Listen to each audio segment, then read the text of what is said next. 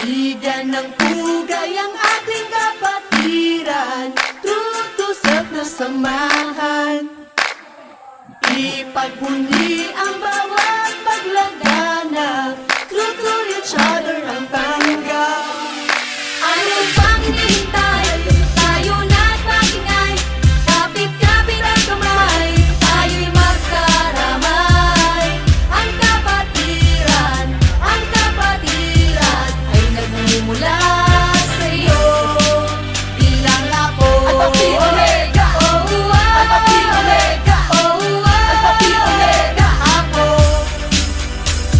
Sa puso, sa isip at salita, ang mamuno at maging kaibigan ng madla. Masayahin kami sa pagsaserbisyo, kami yung apo, mayroong prinsipyo. Kailangan may sariling abilidad, respeto sa bawat isa sa pag-unlad. Sa pagtatag ni Frankie Dorton, maraming pananaw na bago noon. Disiplinado, respetado at edukado, maka-Diyos, maka-tao, ganyan ang apo. Adhikain sa kasapi na nag-aalam. December 16, 1920